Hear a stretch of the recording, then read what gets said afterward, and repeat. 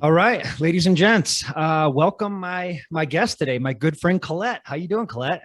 I am outstanding. Good. Good to see you. Oh, it's so good to see you. It's been so long. We were just chatting before this, and so let me go back and tell a quick story. So back in the day, this is 10 years ago, 2012. I decided I was going to move to Colorado, and I had no prospects, no job prospects, didn't know anybody out here. And so I just sent word out on Facebook as people do, like, "Hey, I'm moving to Colorado. Does anybody know anybody out there? Any of my friends live in Colorado. I'm looking for a job, apartment. Any help you guys can give me would be awesome." And our mutual friend Steve Schwartz got back to me and said, "I hang out at Boulder Running Company all the time. They might be able to get you a job there in Littleton." And I'm like, "Okay, well, yeah, well, that works. That's perfect." So I went in and I had an interview with Amanda first, and then I had an interview with you next. And you were just the most bubbly, charismatic, lively person in the world. And I Next to Steve Schwartz, of course. what a good guy though. I know. Yeah. But yeah, no. So yeah, I worked at Boulder Running Company for a while. I was just working weekends, and you were managing the store at the time. And yeah, what a cool connection. And yeah, no, I just thought, man, this Collette lady is on fire. She's like the happiest lady in the world. So And then you went on to Boulder, didn't you, to do epic stuff? I did. Yeah, yeah. I'm still living in Yeah. Boulder and still trying to do epic stuff when I'm not injured, but uh, but congrats on the book. You just wrote a book. So now, fast forward 10 years later, you are 60 years old and you just wrote a book. Yes. Oh, and I don't know which of those two is more amazing. First of all, everything that I'd be 60, it's hard to think. Yeah, And age to me never really meant much. sure. But at 60, all of a sudden you're like, I'm 60. You start And then thinking about it.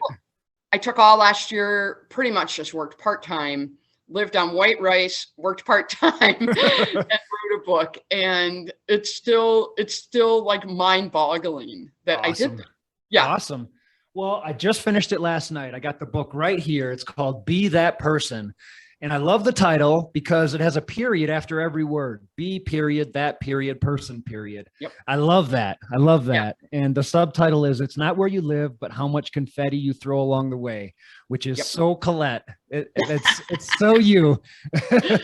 Oh, Absolutely loved it. I just finished it last night and I thought it was a fantastic book. But how did this all start for you? I mean, from what I gather, you've just been journaling forever and you just dug up some old journals and kind of put it all together. yeah. Here's what's crazy is last year I started thinking I'm going to be 60. And I thought, what am I going to do? I want to do something, I want to do something about turning 60. And I didn't know what it was going to be. Well, I had to head down in the basement here where I'm living to go. That's where the laundry is. And I had to get something.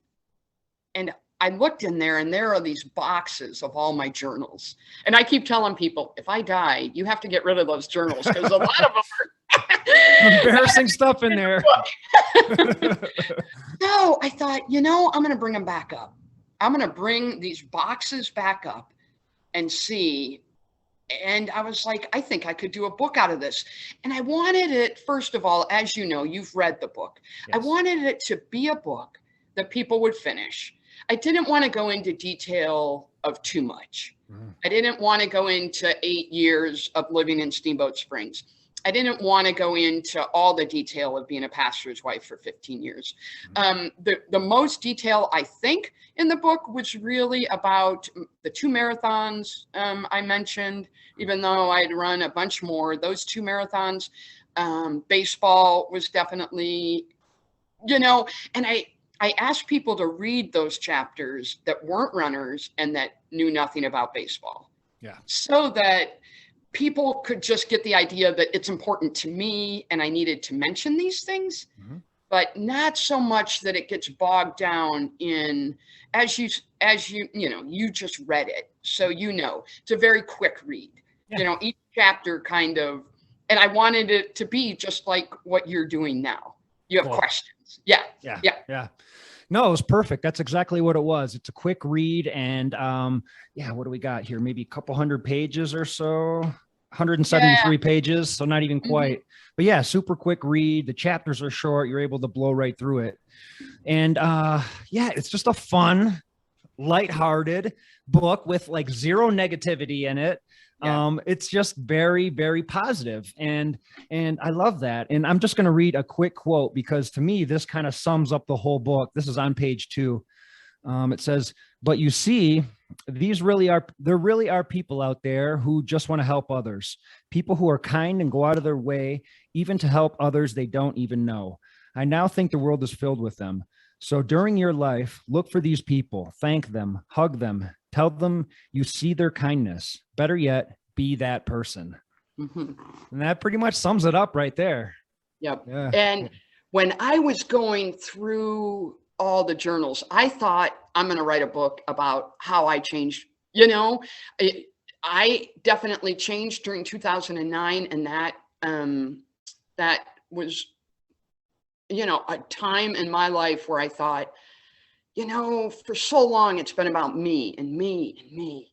And so I thought, looking back, I was just going to give chapters of things that I've done for people. And it wasn't that. Hmm. When I read my journals, it was people that have come into my life that have just spread, as you know, the first page is soul confetti. And that's kind of my life, is the soul confetti and then soul confetti, where people just do things for people to make their life easier, to make their life worth celebrating. And especially now that life is a little strange, I think, for people, a little bit bumpy right now. I wanted it to be a thing where every day people can get up and say, okay, life's not perfect, but it's still a good day. It doesn't have to ruin my life. It maybe could ruin my hour, say, but it's not going to ruin my day. Yeah. Yeah. Yeah. Where did this positivity come from with you? It seems Okay, like so something you were just born with, but I think it came from my family. I really do. Okay. Growing up, I always felt, and I still feel that. And people, my mom would just say, "Oh, she just falls down in, poop, and she'll come out smelling like a rose." And, I always just think things are going to work out. And if it doesn't work out, even if it takes a little bit, I just think if it doesn't work out, then I'm glad that it didn't, because it was stopping me from not getting what, even though I get impatient sometimes, like I want this to work out, but I just always think it's going to work out. I Yeah. just think, okay, then I always think, okay, is this event, is this thing going to be how, if this were my last day on earth, is this what I want to be thinking about or doing or whatever? Even though, and this is a quick story, when I was married, that's how I lived with my finances too. I always told Pat, I'm like, Pat, this could be my last day on earth. I don't want to be spending my money on a gas bill. And then Right. finally, after 25 years, he's like, Colette, it's pretty much you're going to wake up in the morning. Okay. We have to start saving money. I just lived like that. Yeah. I really do. And it's not always easy, and it doesn't always happen that way. Boy, I can get, with being, so out there and so up all the time, I can definitely spiral and be like, oh my gosh, what the heck? Yeah. Screaming into my pillow. I mean, that happens too. Sure. Sure. Well, I'm glad to know that you're human, Colette, because So very human. because all anyone sees is the happiness and the joy and the spreading confetti, and you embody that, and that's really you, and that's what people love about you, is you're always up. So thank you for being that person. I mean, that's It helped having people be that person to me. Like, yeah. looking back, especially the people that I didn't know. And I wonder nowadays if those people would have helped other people, if people would have been like, no, you can't help me. Like, I don't trust you. Or, I just went into it blindly. Like, you're going to help me? Great. The other day I stopped, some lady was heading down her driveway, walking it, and it was all ice and she couldn't get down. She was an older woman. I pulled over and I got out of the car and I took her hand and she's like, no, no. I'm like, no, I'm just going to help you down. And I helped her down and, and she just stood there for a while, because I think that's kind of the thing. Like, oh no, she's going to ask me for money, or she's going to grab my purse or something. But it wasn't. I just went on my way then and thought, yep, that's how it goes. So yeah. Wow. Yeah. Random acts of kindness. I mean, isn't that the coolest thing? And when you do a random act of kindness that you don't tell anybody about as well, it's not like I'm doing this for recognition. I'm doing this for just to help this person, and that's just such a beautiful thing. And yeah. Well, so cool. So you were married for a while, and you were married to a pastor. And so you were a pastor's wife. And eventually you moved on from that situation. But this is what I was most interested in. I wanted to talk to you about this because I grew up in a fundamentalist family, a religious family.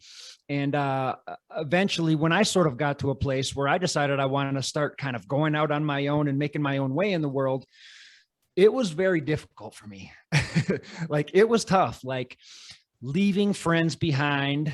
And these friends that I'm leaving behind, like, they think that you're ruining your life. They think that you're doing the biggest, like, you're taking the worst left turn of all time. Like, you're ruining your life. You know what I'm saying?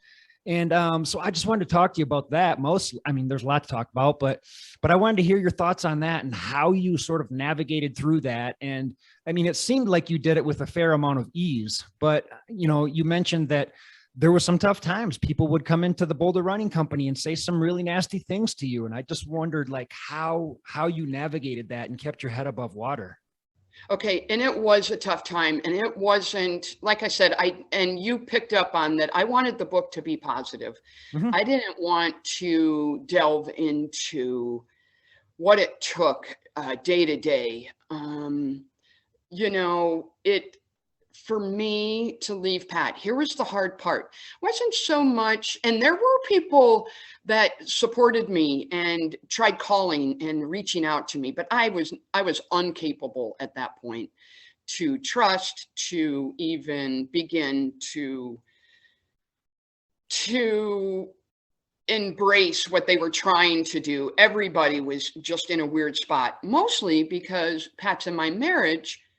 We're fine. We were best friends. We supported each other.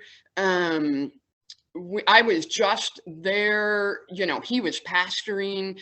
We always took Mondays off together. We always did this. And, starting in about 2007, then I said, I think I need to move on to something else. So we would take time off, and then we'd go back to it again. And then, the whole incident with my knee and meeting Abby, and meeting her and saying, yeah, this is what I want. If you'd interview Abby, she would say I was nutso and crazy for a year going through all this.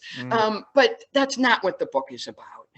Could that be a separate book? Absolutely. And, just navigating through leaving Pat, first of all, because, and this is also a chapter in the book, was the therapy part of going to see, and it was a Christian counselor. She knew nothing about me. And I thought, I needed it to be a Christian counselor. I wanted to come from, from a standpoint of, am I nutso? Am I crazy? And no, I was not nutso or crazy.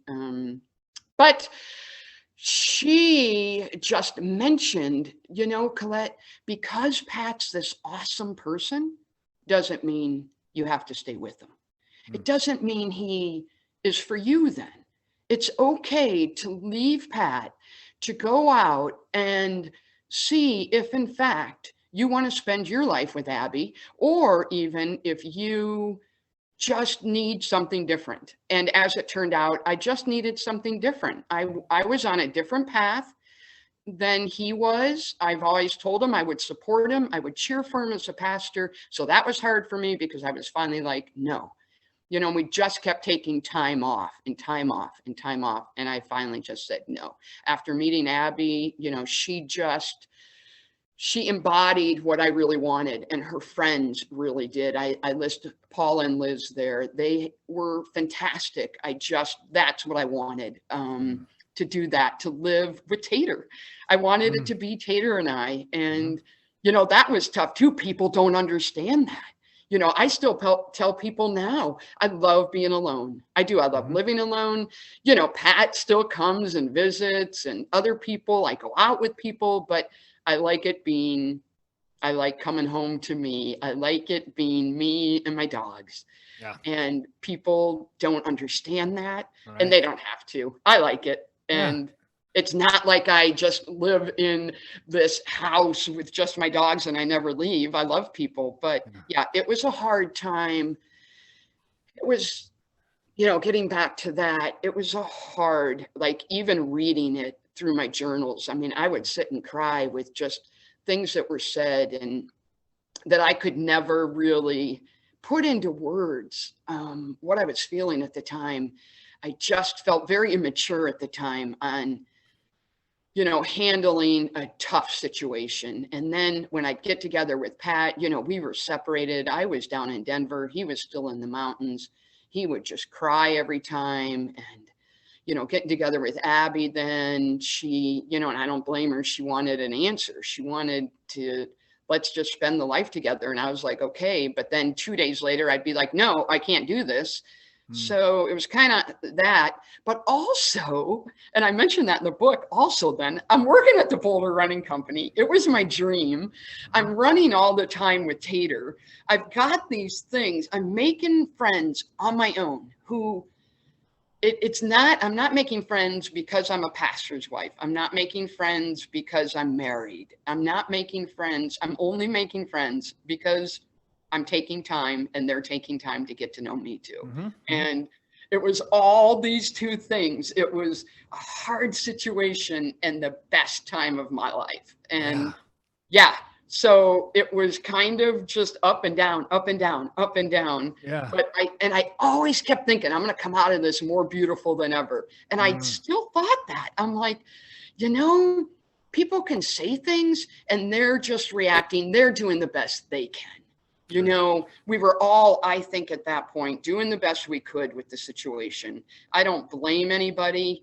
To this day, I will not blame them. I don't want people to look, you know, badly on people from the church at all. But I just, in my head, thought, I'm going to come out of this and I'm going to be able to help people through other things because of it. Yeah. Yeah, I identify with that feeling. Like when I was in the same shoes, I had this feeling like like I'm doing the right thing. This is what I'm meant to do. You know, I'm going down my road. This is my purpose. Yes. But you know, like you were being pulled in different directions. Like you had your good friends from the church coming to you and saying, what are you doing? You're doing this wrong. And not only are you leaving your husband, but you're like leaving the church, you're leaving all your friends. And they thought, you know, what is Collette doing? She's making a bad decision. And some people try and save you and some people try and blame you. And in the back of your mind, you're probably thinking, you guys are supposed to be Christian. Why not just love each other, accept each other for who you are? And there was no blame in your writing or your book or anything like that. But yeah, I didn't want it to be either. Yeah, no, there wasn't. Yeah, no, it was all positive. And you relayed your experience honestly. And I thought it was pretty beautiful.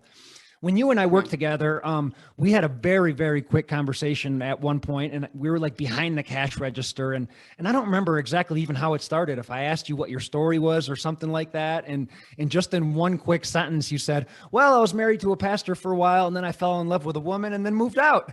And I was like, right on. Collette, you go. That's awesome. Like I'm guessing there's a big story in there somewhere. And there it is. Yeah.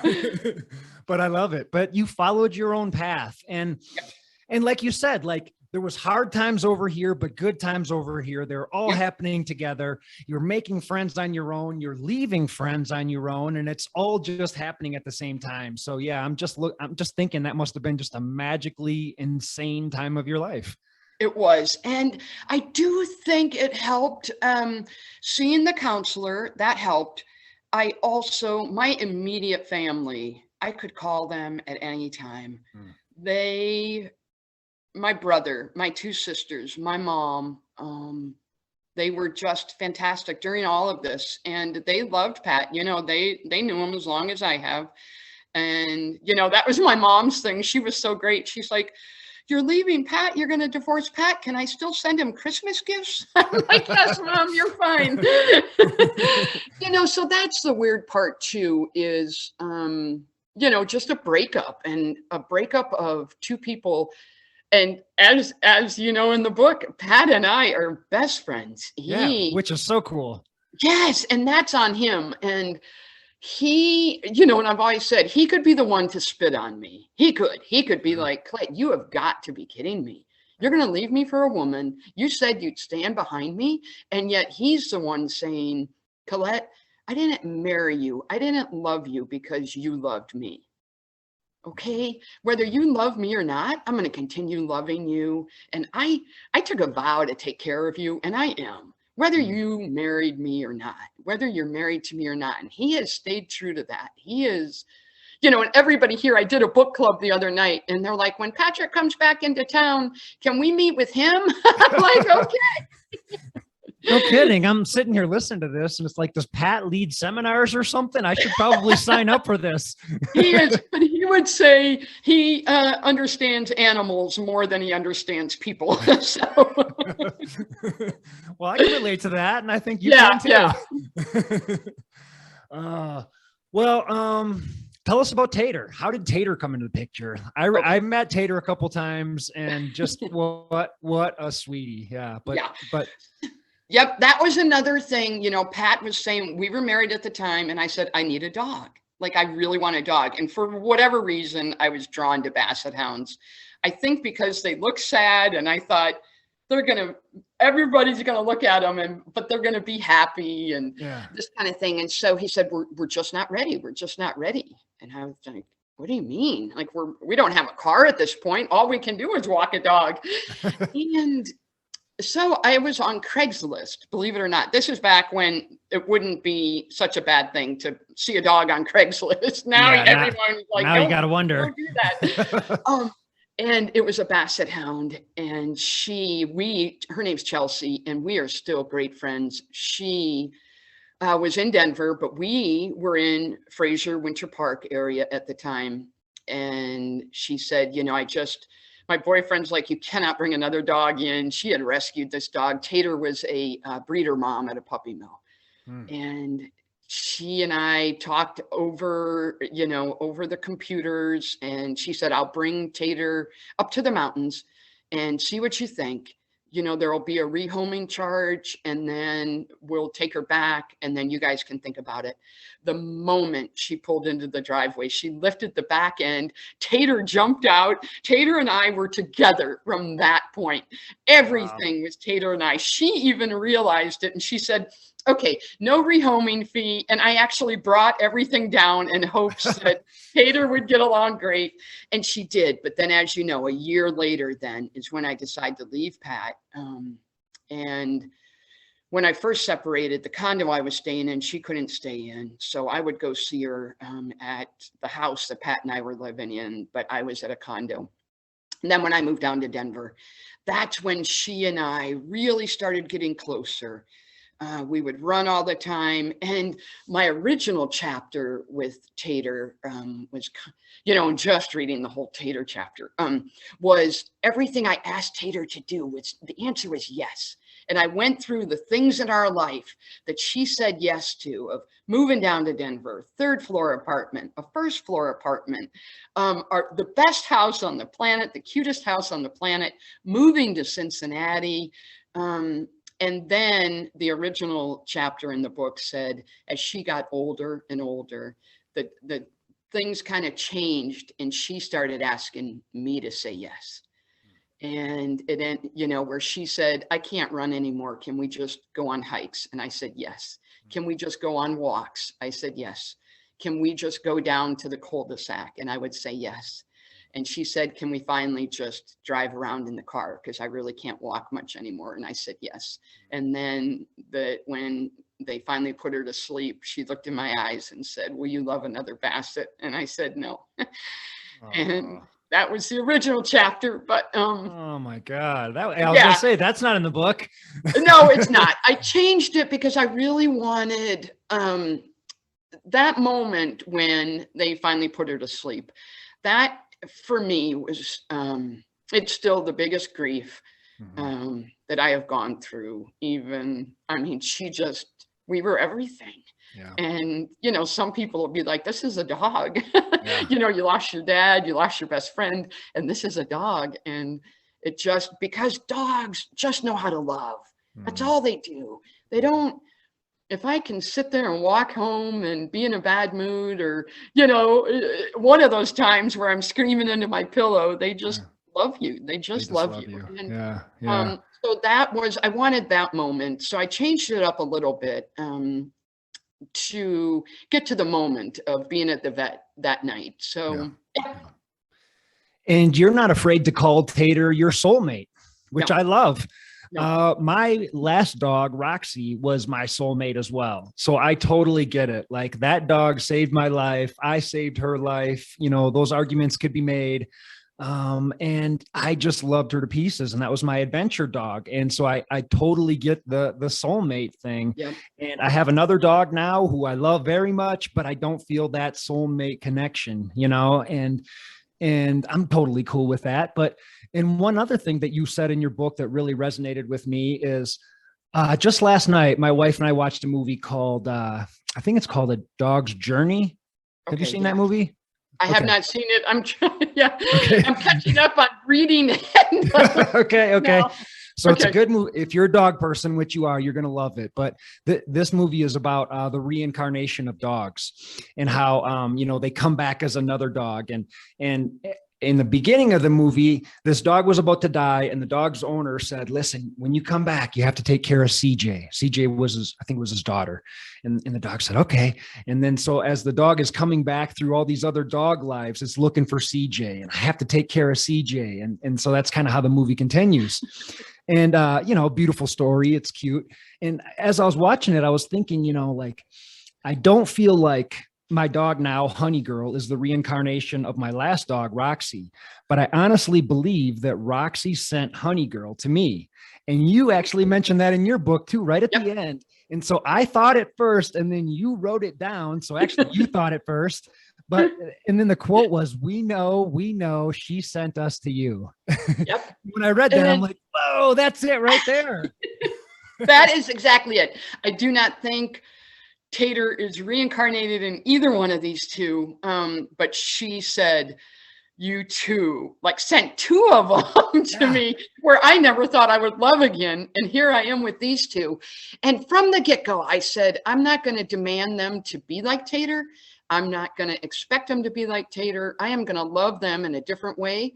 They can be, and at first I thought, one thing they do though, I really do want to run with them both. The first month we did that, but quickly I realized Buster, the older one, he doesn't want to run. He wants to run for 100 yards and smell, and run for 100 yards and smell. And I thought, it's something I can give up right now. And I thought Jolly could run for hours with me, but neither one will go separately. I tried. I said, okay, Buster, I'm going to take you out on a walk, and then maybe I'll try Jolly. And then I thought, no, I'll try Jolly first. I took Jolly out to go on a run. First of all, you could hear Buster barking down the street. We get to the end of the street, and Jolly turned around and ran back to the house, and Buster is on his hind legs at the door. So I said, I'm not going to force this. And, whenever I can get a run in, because I'm not one of those people just to run. I just don't want to go run on pavement. I am a trail runner, and if I get a chance, great. And, when Pat's here, he walks Buster behind me while Jolly and I are running. So that works. But, you know, I'm not going to force that. Yeah. You know, I'm Yeah. just not. They are Yeah. great. They are too. Buster is such a personality. Jolly is so sweet. And they can be that. I know that Tater is here. She, you know, oh, there they are, if you can hear them. Hey, buddies. Oh, so yep, Tater was my soulmate, is my soulmate. She is such a part of me. Yeah. Always will be. And yeah, I have no problem with telling people that. I just don't. Yeah. Yeah. No, I get it. I love it. Yeah. I love it. And you were living in Colorado, obviously. Like I said, I met you at Boulder Running Company. From the first time I met you, you invited me out on a trail run, and we went to Matthews Winters Park, and I went out there and ran with you guys. And I remember at the time, I was like, I didn't have an apartment yet. I had just come to Colorado. All my stuff was in my truck, and I'm like kind of living in my truck while I'm looking for an apartment and a job. And I remember trying to hide my truck from you guys because I didn't want you to know I was living in my truck. And we would have loved it. You probably would have loved it. I know, but I was like, oh, they're not going to let me have a job. I'm living in my truck. But you guys accepted me right away. I went for a run with you guys and always had a blast working at Boulder Running Company. But was that the start of your running, or have you always been a runner? I started in about 2000, I think in 2007 is when I trained for that first marathon. That'll be in the book there. The first marathon I trained for. That's what got me the love of Boulder Running Company and really starting to work there. It was just a good fit as far as you could run all the time. And a lot of times you're actually getting paid to, you know, head up runs or be at runs or, you know, so that was easy for me to incorporate, to keep running and to make that a part of my life. And I'm a very social runner. So I knew a trail run. I knew I wanted to get that group started. And I am definitely love being around women runners or women in general, just that bond that women have that are just a little bit different, you know, than a male bond. And it is what it is. That's fine. And it's all great. But so it just kept going, you know, my running, and I just fell in love with just trail running in general. When I lived in Winter Park, all I did was trail run, but you didn't know it was trail runs. I mean, that's all you did. You just ran on trails. You had 900 miles of trails. You didn't run on concrete. Right. You know, then you moved to Denver. I moved to Denver and I thought, where, you know, and then I had to ask people at the store, like, where can I run at mountains? And they turned me on to it. And, you know, and I was hooked from then on. Yep. Yeah. Do you still keep in contact with everyone from BRC? Yeah, I keep in touch with a lot of people from there. Definitely Kim, Annalisa, just a lot. Yes, all the trail running group, Annalise, just Steve, of course, even though he's in Thailand. Hi, Steve. Thailand. What's up, Steve? Yes, all those people, Keith and Kathy and Brendan, all those people I still keep. They were, and Lori, those were my friends. Those people, you know, surrounded me, even though they may not have even known anything that was going on, but they accepted me. Originally I had in there, they allowed me to go through this, and the editor, when they were editing the book, they said, you might want to change that. Like, you're making it sound like they were allowing you to. So I had to change the wording there, but yeah, I definitely keep in touch with them. And that's going to be one of my first stops. I'm going to travel in August, and that's going to be one of my first stops is in Colorado. Cool. Nice. Yeah. Just a road trip, or what do you have planned? Well, I'm hoping to take the whole month off. I want to get out to California. I'd like to go all over the US to meet these people on Instagram. Oh, really? My friends, now my close, great friends are all on Instagram. We talk every day, and I haven't met 90% of them. And I want to go meet them. They have made a difference in my life now, moving here to Cincinnati. They, you know, are a huge part of my life, and I want to go meet them. I want to go meet their dogs. So hopefully I can work that all out where I can take the month of August off and travel. Did you meet most of these people through like basset hounds or dogs on Instagram, or are they just all kinds of people? Yeah. What's funny is I look back on my posts and, I had like 10 friends, in 2015 and just kind of met them through that. They'd do a post about some dog and then I'd like them and this and that. And soon enough, it just is this group of people. I can't describe it. I am one of those people that love social media, that love meeting all these people. And I want to see them in person. I want to get to hug them.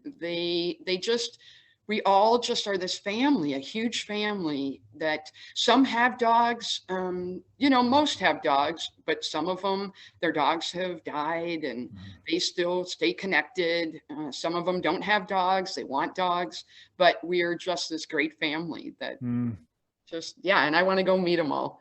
So and I want to go meet Frida out in California. So you're going to go on an Instagram road trip to go meet all the Instagram friends. That's really cool. Yeah. And that might be my next book. Oh, nice. Cool. Yeah. I like it. Yeah, definitely do that. What was the editing process of this book like? Well, I mean, tell me about the writing process too. I mean, I'm guessing that you had to reformat a bunch of stuff, like, because I have always journaled as well. And when I go back and look at my journals, I think about trying to put that into book form. And it seems like a lot of work because everything would have to be restructured.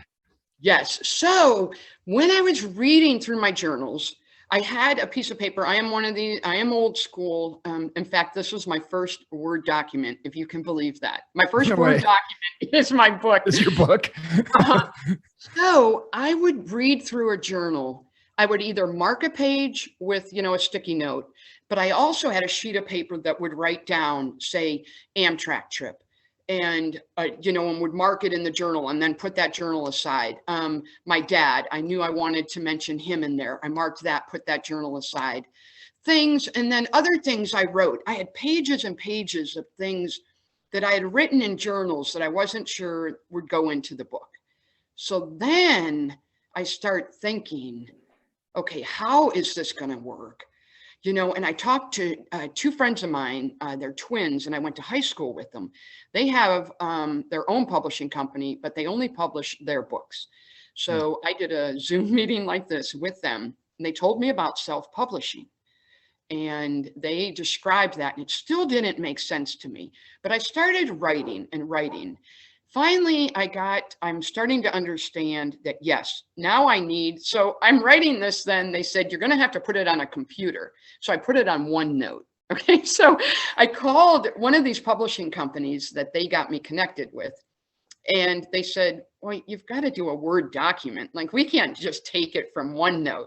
So then I had to go get $8 a month on something to do a Word document. So I started writing it by hand. I started writing it all by hand and then inputting it bit by bit.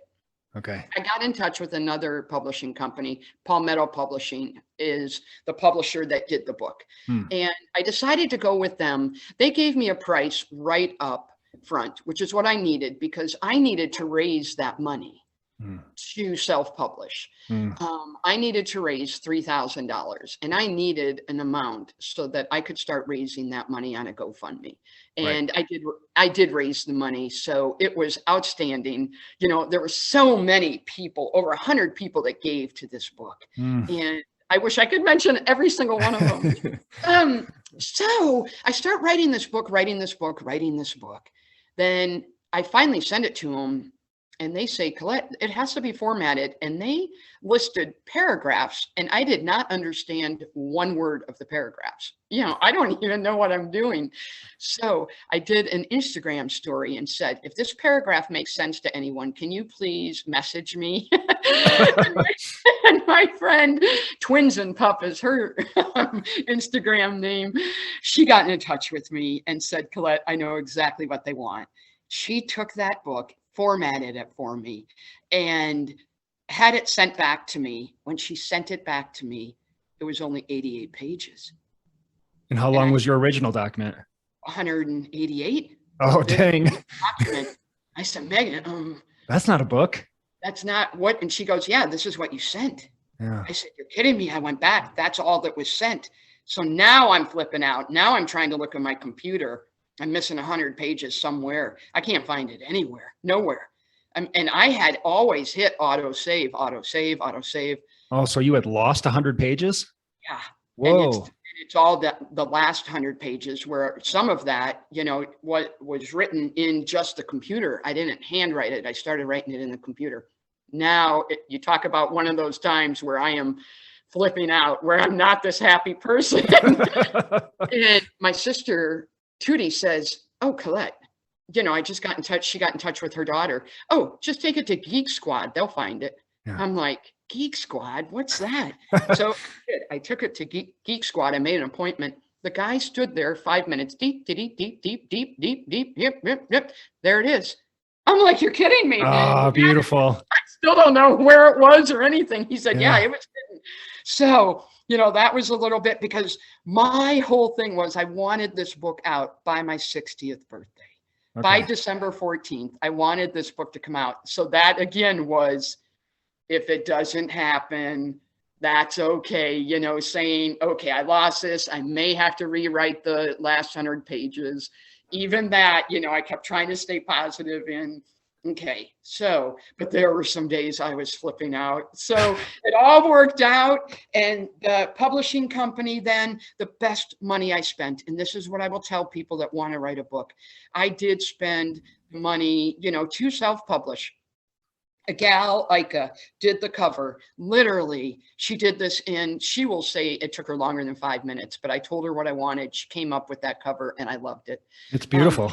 They did the cover then. I sent that to them. They did the insert, but the best money was an editor. The person that edited my book, did it line by line, did not know me.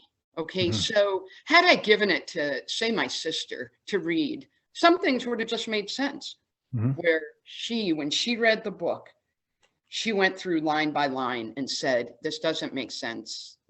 Why are you mentioning this again? Why? She's also the one originally in my original book, the manuscript, the chapters were dates like 1985, 1990. She said, you can't have a date chapter and then start with my dad and I in 1995, so help me with that. She had over 100 suggestions and they were great. They were great suggestions. It wasn't anything like, oh, what do you mean? What do you think you know about my book? They were awesome suggestions. And she really helped me put this book together then. Yep. Cool. Yeah.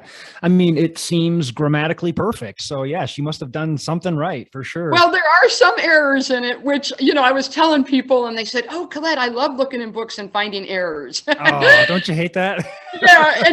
And I thought, and I knew beforehand, I said, something's going to be missed, and editing it and having to read the Tater chapter. I probably read that thing 20 times. I finally had to put it down. I'm like, I can't read this again. Yeah. But the editing part is what took a while, and just going with their suggestions, sending it back, saying, okay, now try this, see how that works. Yeah, that was money well spent. Well, good. But yeah, you're right. That's a long process. Like right when you think you're done with the book, and then you send it off and then they look at it and then they come back with editing suggestions and you're like, okay, this is going to take another 10 hours of trying to fix all this. And then you send it back and then they send back the galley proofs. So like they have typed it up and you have to go through and look for their mistakes in there. And it's just, it's hard work. And it's like, just when you think you're done with it and you want it to be over and you can say, okay, the book is done. Then they're like, no, you're not done yet. I could go through this again and I see errors. And I said, I didn't see any. I read through it. I had Pat read through it. He said, oh, and he was sitting there crying. I said, okay, so I'm going to send it in. I'm going to just say, okay, if you're crying, it's a good book. Let's send it. Well, let me tell you, I was almost crying too at the Tater part. Believe me, it was very sad. And I felt your emotion and I felt your love for Tater. And but it's not a sad book. It's a very, very happy, positive, joyful book. And it's just all about spreading confetti. And I love it. And everyone can do it. Whether you know people or not. I sit there sometimes and think, at that red light when someone's beeping behind me, like, get going, the light turned, and I think, most days I'm letting people through, and there are some days I'm the one beeping saying, no, use your turn signal, but I want it to be a thing where maybe we all can be a little kinder to everybody.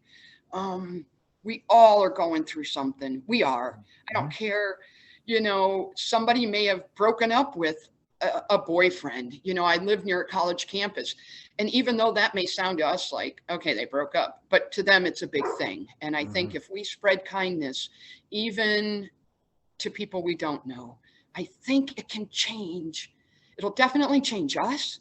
I think the kinder we are to people, the kinder we are to ourselves. I always tell people that just be kind to yourself. Be gentle on yourself. You're not going to have it dialed in. I don't have it dialed in, but I want to be kind. It's in my mind, it's in my heart, it's in my soul to be that person, to be a person that wakes up and says, okay, I know things aren't going to go smoothly today. And imagine that it's also not going to go smoothly for other people either. How can I make it smoother for other people so that we can all kind of live this life together? Yep. Yeah. You're living in Cincinnati now. What's your day-to-day look like these days? Okay, in fact, right now my day is bringing Buster in because he's barking outside. Okay, so okay. Let me go do that real quick. Yeah, no worries. Buster, come on in. Come on. Jolly, come on in. You gonna stay out? Come on, Jolly, let's go. Come on, doggies. Buster and Jolly. Buster, Jolly, and Collette, the Jolly Trio. Let's go, you two. Let's go. Come on. If anyone wants to find Collette on Instagram, it is at Taters Jolly Trio. Taters Jolly Trio. Check her out. Go for it. I was just giving everyone your Instagram handle. Okay, yeah. And I still have a private account. So I just kind of like that. For whatever reason, when people say DM me or, promote it or whatever, I don't know why that bugs me, but it does. And I get what they're doing too. I mean, I understand it. But so tell people that I'll just let them, I'll let them follow me. There's not a problem with that at all. Okay. But my day-to-day. So first of all, Boulder Running Company was my dream job, and it's the job that used all my passions, and it was fantastic. And the crew, that we had working at all times, all my years there were great. I could go down. Every single person there made an impact on me. Then when they got bought out, I still, I was not against the buyout. I understand buyouts. We just live in that world, and the owners had made Boulder Running Company awesome, and why not? They just wanted, they were going to just sell it, and which was fine.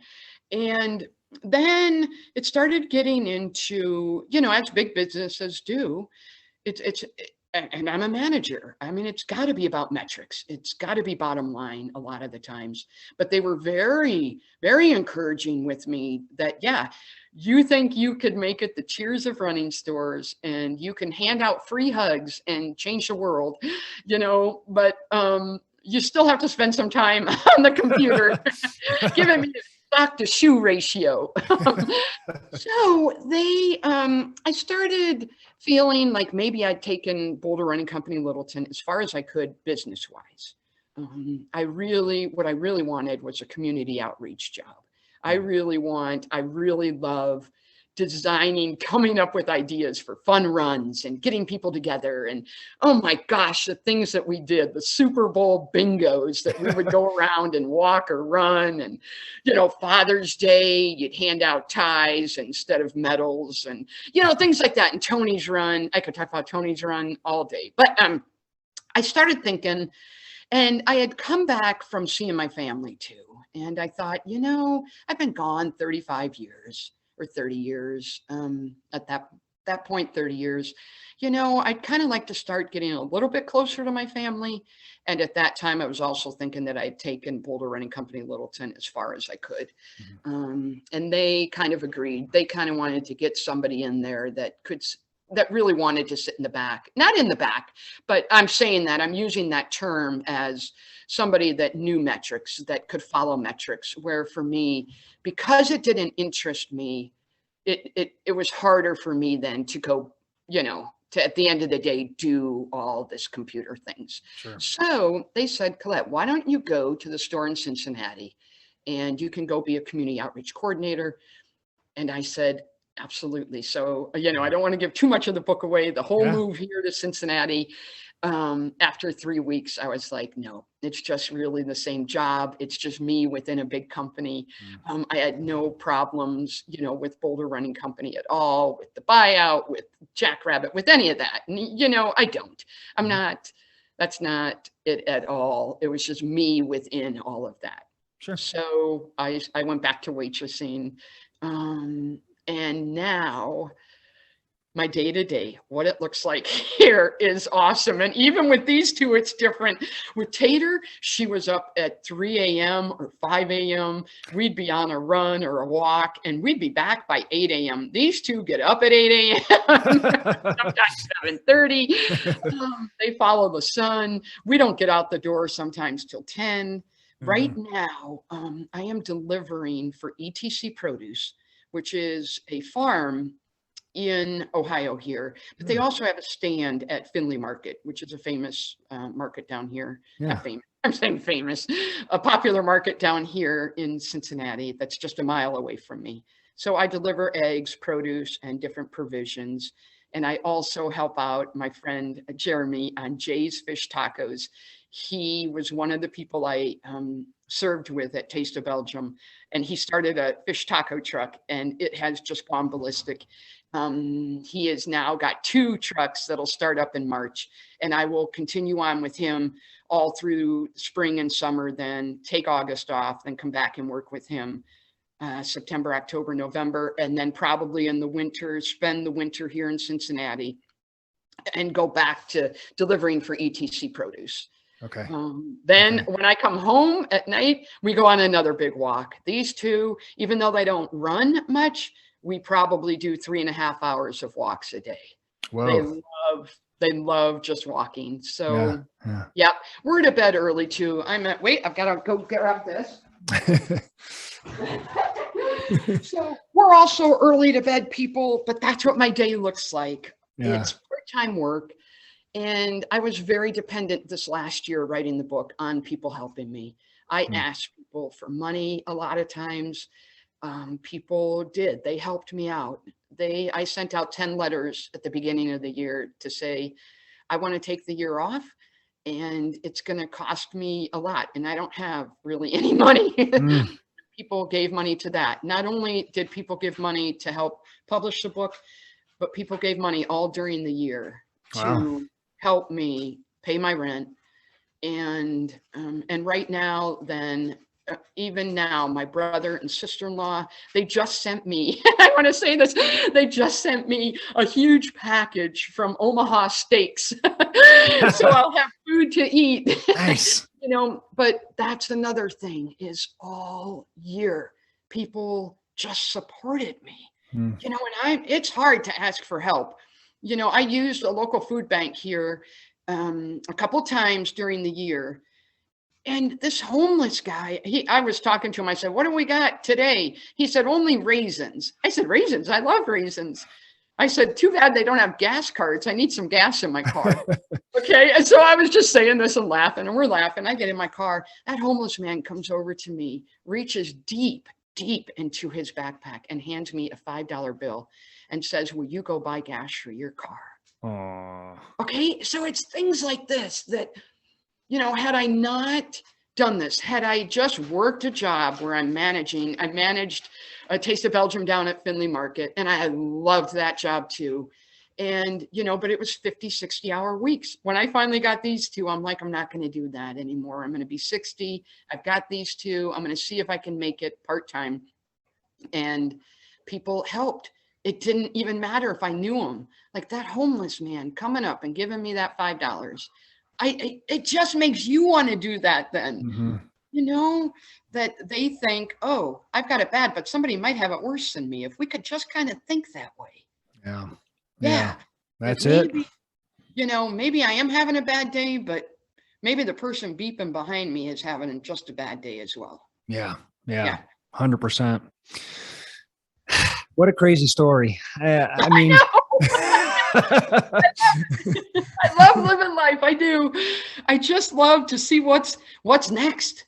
well, yeah, no, and it feels like you're living moment to moment, like you're living in the now. You're completely present. You're like, I don't know what a year's going to look like from now, but I'm pretty sure it's going to be awesome. And if I have to ask a couple people for help along the way, then you don't have a problem doing that. And that's what's cool, is that's what's opening up these cool relationships for you. Is, yeah, it's super hard to ask for help, but when you do, God, the people that help you, you're never going to forget them. You got their back forever. So yeah, it's so cool. And the way you treat people, Collette, and the way you are kind to people, it's just coming back to you tenfold. And that's the way it works. You know, it's just that karma cycle. And it sounds like you're on the receiving end of that finally. And that's a beautiful thing.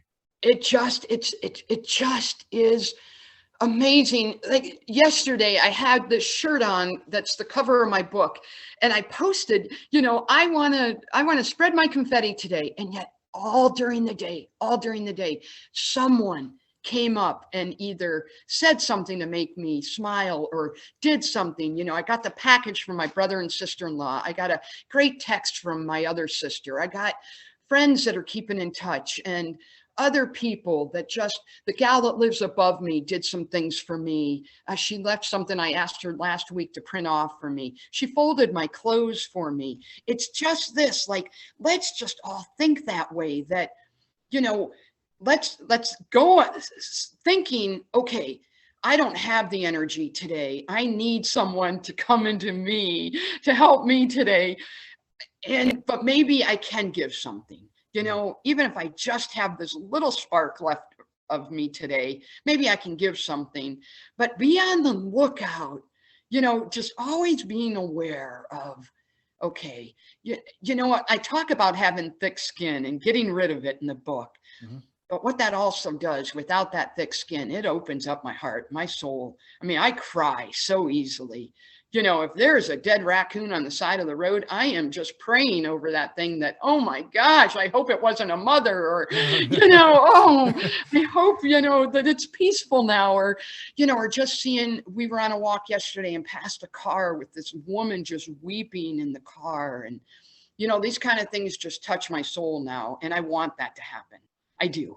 I want to feel the world. And sometimes it's great. Sometimes it just hurts, and you can feel the world just pulsing, and you just think, okay, I can be kind. I can, you know,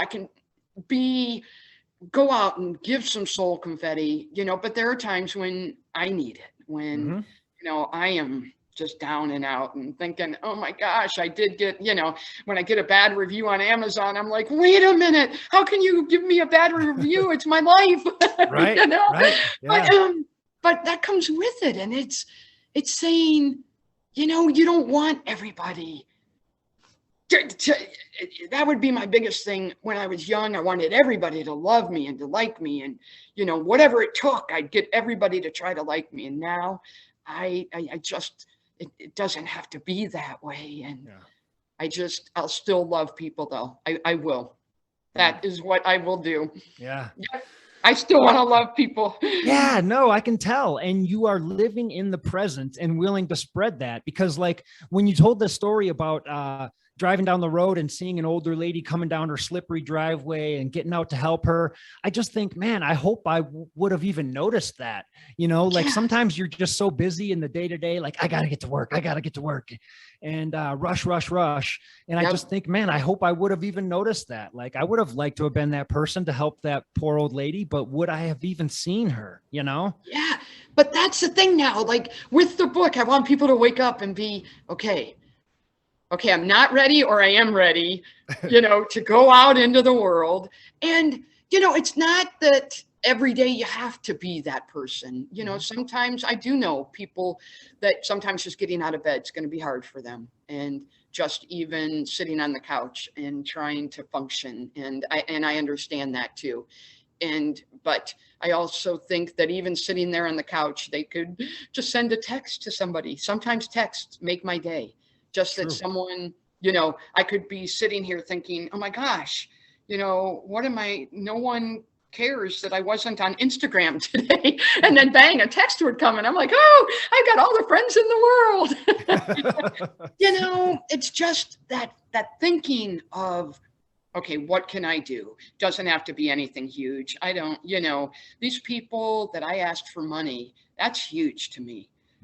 Someday I want to repay that. Someday I want to be able to give money because I know what it is to be broke, to be, and I hope everyone can go through that. I really do. To have no money and to get that. I just feel like it's coming. It's coming. I'm going to get that VW van and I'm going to travel around and hand out $5 bills. I love it. I love it. Is there a place, Collette, where we can buy your book that you make more money? Like usually on Amazon, you get a smaller percentage. Do you have a website or anything? I do not. And here's the thing. This is all new to me right now. What I am hoping eventually, I would love to have a publisher pick this book up.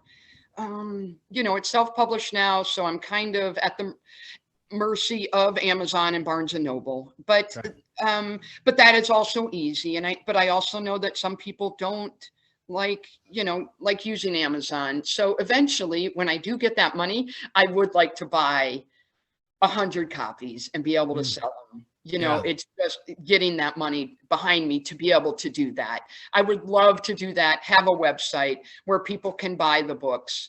I have bought them. I have paid for them.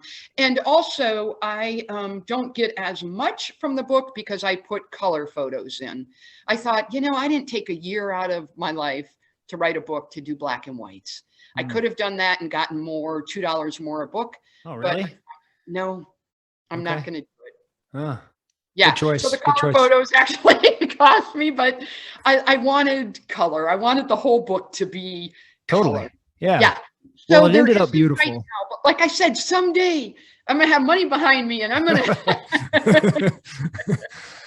Is it like a print on demand type of thing? So if I order a book, they print one and then send it to me. Is that how it works? You got it. It's print on demand. Yep. Okay. Cool. That's exactly what it is. Okay. Ingram Spark does that. Okay. And Amazon is the best place to do it at this point. I think it's the Barnes and Noble. easiest. Yeah. Amazon, almost everybody has shopped on Amazon. They can just, click For sure. it. The next thing you know, it's there. Yeah. It's a quick button. I think the book was here in like a day for me, and I read it in just a couple of days. And beautiful, quick read. Everyone, you're going to like it. Be that person. And for anyone listening, if you buy this book and read it and give it an Amazon review, give it a 5-star Amazon review, and then screenshot it and send it to me, I'll get you a Do Big Things hat. So how about that? Yay! Let's get some reviews for Collette, and let's pump this book out, and let's spread some confetti. Yay! That's what it's all confetti. about. We can all do it. So, exactly. Anything else that we missed in your story, Collette? I mean, I know we went over everything quick, but is there anything else that we should tell the people while we're here? No, I think once you read the book, that is one thing the editor that did not know me, she said, you don't need so many exclamation points after, I would have exclamation points after everything. She said, we can feel your energy through the book without all of that even. So she had no clue who I was. I just hope people can feel that energy and can make a difference in their small little pocket where they live. Yeah. It doesn't have to be something huge. It can be something like helping a woman down their driveway. It can be adopting a dog that needs a second chance. It can be giving $5 to somebody that you don't even know. It can be sending a text that says you made a difference in, or even just liking somebody's post and saying, this was so cool. Thanks, for sharing that. And, there's just different ways every day to help people, to support others. And I think that's what we need right now. I do. Yeah.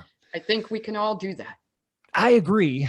When you wake up in the morning, is that something you consciously have to like plant in your brain for the day? Like, what can I do to help people today? Or is that something that's just supernatural for you? I think about it, and if I'm journaling, I always journal and just say, who are you going to bring into my life? Who needs me today, or what do I need today? Show me what I need today, and don't let it be just about me. But there are days that it has to be about you. It does, or you'll just implode. Like I felt like I didn't take enough time for myself at times in my life.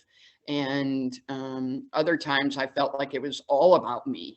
I was just on the spectrum of always about me, never about me. And I feel like I'm at a good balance now where I want it to be, there are times when you do need to reach out. But, a lot of people said, Collette, I didn't know you were going through that. So in 2009. So that was on me of not sharing all of that. I thought people would judge me for being in love with a woman. But you want to know something? I probably should have. Nobody. Yeah. Yep. The people, now I look back, people love people, the people that I ran into, the people that I hung out with, they were great. And I just, every morning and sometimes, you can get caught up in the day. I could just be delivering. And then all of a sudden it'll be like, no, wait a minute. Wait, I'm losing my focus. I'm just focused on these eggs. Right. Right. But so every day it is kind of something I think about. And, these two help with that because they're both very outgoing. So, we see people all the time. So it's interaction, it's being social, it's getting out there. But I also know that not everybody is social. And to those people, I say, send text, send an email, send a picture, a screenshot of something that says, this reminded me of you. I love that too. When people send me an email that just said, this reminded me of you, and it's a sunflower and there's Buster. You're ready to go back outside, huh? We'll let him outside in just a second, but I'm so glad that we met 10 years ago, Collette. Like, what a cool journey that you're on, and a cool story. And I was so happy to see that you wrote this book, and I couldn't wait to read it. And it's just like a little blessing. I feel like this could be a book where you could just like read a chapter a day right before you're leaving the house, just like read a chapter, get in a good mood, go out and spread some confetti. And that's what I wanted it. I wanted it to be a paperback. I did not want it to be a hardback. I wanted it to be paperback where people could carry it with them in a backpack, in a briefcase, in a messenger bag, and they could carry it with them on a plane. People have sent me photos from the beach, from an airplane, from that their book is in their backpack. And that makes my day because that's what I had pictured. Cool. It's a book where you could just read a chapter, and it doesn't have to necessarily flow like, okay, what's next, where you can read it and say, oh my gosh, I could be that person today. Yes, exactly. That's it right there. Be that person. All right, Collette, thank you so much for doing this. I really appreciate it. It was a great conversation. I enjoyed catching up with you. It's been too long. I know, and thank you. I loved when you first moved down to Boulder. I would look and say, man, look at him on top of that mountain. Look at him doing these things. You'd be all over the world. And I'm like, he is doing it. He is doing it. So I am psyched that you're doing this. You can just see your smile. They probably don't see your smile, will they? Most people listen to this, but yeah, a couple of people will see it. Okay, they can see your smile. I see your smile. This brings you joy, and I just hope you spread that joy continuously. Exactly. Will do. Well, keep the story going, Collette. Like, okay. I can't wait to read the next book, Yay! Hopefully it'll start being written in August. Yes. All right. Well, cool. Keep it going. We'll have you back on. We'll get this book out there, and just thanks so much for doing this, and have a great day, Collette. So good to see you. Okay. Can't wait to do it again. You all. Big hugs. Yes. Love you guys. Take care. Bye. Bye-bye.